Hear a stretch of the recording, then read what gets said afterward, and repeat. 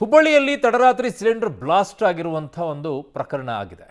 ಏನಾಯಿತು, ಯಾರಿಗೇನಾಯಿತು ನೋಡೋಣ. ಗಾಯಗೊಂಡ ಮಾಲಾಧಾರಿಗಳಿಗೆ ಈಗ ಕಿಮ್ಸ್ ಆಸ್ಪತ್ರೆಯಲ್ಲಿ ಚಿಕಿತ್ಸೆಯನ್ನ ನೀಡಲಾಗ್ತಾ ಇದೆ.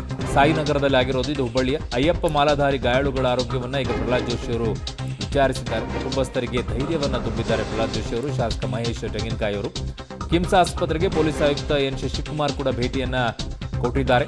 ಹುಬ್ಬಳ್ಳಿ ಸಾಯಿನಗರ ಈಶ್ವರ ದೇವಸ್ಥಾನದಲ್ಲಿ ತಡರಾತ್ರಿ ಅವಘಡ ಸಂಭವಿಸಿದೆ. ಅಯ್ಯಪ್ಪ ಸ್ವಾಮಿಗಳು ಮಲಗಿದ್ದ ವೇಳೆ ಏಕಾಏಕಿ ಸಿಲಿಂಡರ್ ಗ್ಯಾಸ್ ಬ್ಲಾಸ್ಟ್ ಆಗಿದೆ. ಅಲ್ಲಿ ದೇವಸ್ಥಾನದಲ್ಲಿ ಮಲಗಿದ್ದ 9 ಮಾಲಾಧಾರಿಗಳಿಗೆ ಗಂಭೀರ ಗಾಯ ಆಗಿದೆ. ಗ್ಯಾಸ್ ಲೀಕ್ ಆಗಿ ದೀಪ ಜೊತೆಗೆ ಬೆಂಕಿ ತಗುಲಿ ಬ್ಲಾಸ್ಟ್ ಆಗಿರುವ ಅನುಮಾನ ಅಂತಿದ್ದಾರೆ. ಇರಬಹುದದು. ಸದ್ಯ ಮಾಲಾಧಾರಿಗಳಿಗೆ ಕಿಮ್ಸ್ ಆಸ್ಪತ್ರೆಯಲ್ಲಿ ಚಿಕಿತ್ಸೆಯನ್ನು ನೀಡಲಾಗ್ತಾ ಇದೆ. ಸ್ಥಳಕ್ಕೆ ಡಿಸಿಪಿ ನಂದಗಾವಿ ಅವರು ಕೂಡ ಭೇಟಿಯನ್ನು ಕೊಟ್ಟಿದ್ದಾರೆ.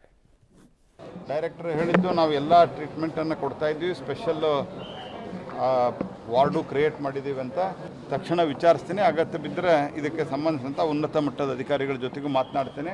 ದುರ್ದೈವದಿಂದ ಇತ್ತೀಚೆಗೆ ಆ ರೀತಿಯ ಕಂಪ್ಲೇಂಟ್ಗಳು ಭಾಳ ಬರ್ತಾ ಇದೆ. ಔಷಧಿಗಳನ್ನು ಬರೆದು ಕೊಡ್ತಾ ಇದ್ದಾರೆ ಅಂತ ನಾನು ಮೊನ್ನೆನೂ ಡೈರೆಕ್ಟರ್ಗೆ ಫೋನ್ ಮಾಡಿ ಹೇಳಿದ್ದೇನೆ. ಡೈರೆಕ್ಟರ್ ಪಕ್ಕದಲ್ಲೇ ಇದ್ದಾರೆ. ಭಾಳ ಗಂಭೀರವಾಗಿ ಇದನ್ನು ಡೈರೆಕ್ಟರು ಮತ್ತು ಇತರ ಅಧಿಕಾರಿಗಳು ಪರಿಗಣಿಸಬೇಕು. ನಮ್ಮ ಕಚೇರಿಗೂ ಇತ್ತೀಚೆಗೆ ಚೀಟಿ ಬರೆದು ಕೊಡ್ತಾ ಇದ್ದಾರೆ ಅನ್ನೋಂಥ ದೂರುಗಳು ಭಾಳ ಬರ್ತಾ ಇದೆ. ನಾನು ಡೈರೆಕ್ಟರ್ ಗಮನಕ್ಕೂ ತೊಗೊಂಬಂದಿದ್ದೀನಿ.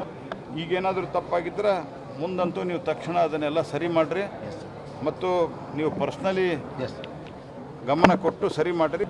ಮತ್ತೊಂದು ಏನಾದರೂ ತೊಂದರೆ ಇದೆ ಅಂತಂದರೆ ನಾನು ಅದನ್ನು ನನ್ನ ಸಹೋದ್ಯೋಗಿ ಈಗ ಸುನಿಲ್ ಪಾಟೀಲ್ ನನ್ನ ಸಂಪರ್ಕಕ್ಕೆ ಸಿಗ್ತಾ ಇದ್ದಾರೆ, ಹುಬ್ಬಳ್ಳಿ ಪ್ರತಿನಿಧಿ.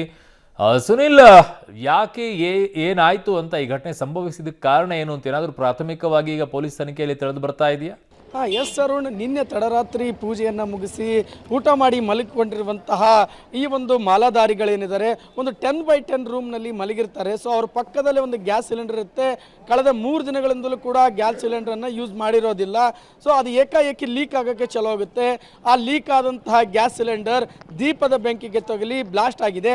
ಆ ಒಂದು ಬ್ಲಾಸ್ಟ್ ಆದ ಸಮಯದಲ್ಲಿ ಸಣ್ಣ ರೂಮ್ ಇರೋದ್ರಿಂದ ತಪ್ಪಿಸಿಕೊಂಡು ಹೊರಗೆ ಬರೋದಾಗೋದಿಲ್ಲ.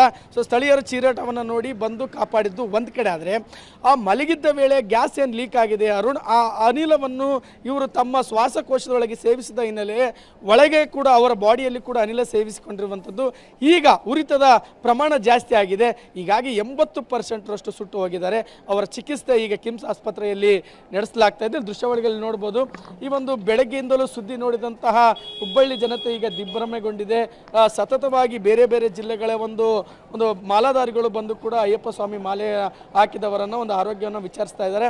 ಸದ್ಯ ಎಮರ್ಜೆನ್ಸಿ ವಾರ್ಡ್ನಲ್ಲಿ 9 ಜನ ಮಾಲಾಧಾರಿಗಳಿಗೆ ಚಿಕಿತ್ಸೆ ನೀಡಲಾಗ್ತಾ ಇದ್ದು, ಸ್ಥಳದಲ್ಲೇ ಈಗ ಅವ್ರ ಕುಟುಂಬಸ್ಥರಿದ್ದಾರೆ. ಒಂದೂವರೆ ಮಧ್ಯರಾತ್ರಿ ಈ ಒಂದು ಘಟನೆ ನಡೆಯಿತು. ಘಟನೆ ತಿಳಿದಿದ್ದಾಗೆ ಸ್ಥಳೀಯರು ಅವರನ್ನು ಆಸ್ಪತ್ರೆಗೆ ಕರೆತರುವಂಥ ಪ್ರಯತ್ನ ಮಾಡಿದರು. ಸಕಾಲದಲ್ಲಿ ಚಿಕಿತ್ಸೆ ನೀಡೋದ್ರಿಂದ ಸದ್ಯ ಅವರಿಗೆ ಚಿಕಿತ್ಸೆ ನೀಡಲಾಗ್ತಾ ಇದೆ.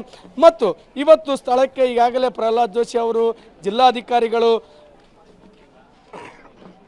ಮತ್ತು ಸ್ಥಳೀಯ ಶಾಸಕರಂತ ಮಹೇಶ್ ತೆಂಗಿನಕಾಯಿ ಮತ್ತು ಅಬ್ಬಯ್ಯ ಅವರು ಭೇಟಿ ನೀಡಿದ್ದಾರೆ. ಇನ್ನು ಜಿಲ್ಲಾಧಿಕಾರಿಗಳು ಕೂಡ ಈ ಒಂದು ಚಿಕಿತ್ಸೆಗೆ ಜಿಲ್ಲಾಡಳಿತ ಎಲ್ಲ ವೆಚ್ಚವನ್ನು ಭರಿಸಲಿದೆ ಅಂತ ಹೇಳಿರುವಂಥದ್ದು. ಈಗ ಮತ್ತೊಂದು ಸ್ಥಳಕ್ಕೆ ಪ್ರಮೋದ್ ಮತಲಕರು ಭೇಟಿ ನೀಡಿ ಆ ಕುಟುಂಬಸ್ಥರಿಗೆ ಸಾಂತ್ವನ ಹೇಳಿ ಮತ್ತು ಧೈರ್ಯವನ್ನು ತುಂಬುವಂಥ ಕೆಲಸಕ್ಕೆ ಮುಂದಾಗಿರುವಂಥದ್ದು. ಅರುಣ್, ಈ ಹುಬ್ಬಳ್ಳಿಯಲ್ಲಿ ಇದು 2ನೇ ಪ್ರಕರಣ. ಹಲವು ವರ್ಷಗಳಿಂದ ಇದೇ ರೀತಿ ಇದೇ ಸಮಯದಲ್ಲಿ ಮಾಲಾಧಾರಿಗಳಿಗೆ ಸಿಲಿಂಡರ್ ಬ್ಲಾಸ್ಟ್ ಆಗಿತ್ತು. ಈಗ 2ನೇ ಪ್ರಕರಣ ಆಗಿರುವಂಥದ್ದು. ಎಲ್ಲರೂ ಕೂಡ ಅವರು ಜೀವಂತವಾಗಿ ಉಳಿಲಿ ಮತ್ತೆ ಯಥಾ ರೀತಿ ತಮ್ಮ ಬದುಕನ್ನು ಸಾಗಿಸಲಿ ಅಂತ ದೇವರಲ್ಲಿ ಪ್ರಾರ್ಥನೆ ಮಾಡ್ತಾ ಇರುವಂಥದ್ದು. ಅರುಣ್. ಓಕೆ ಸರ್, ನಿಮ್ಮೆಲ್ಲ ಮಾಹಿತಿಗೆ ಧನ್ಯವಾದಗಳು.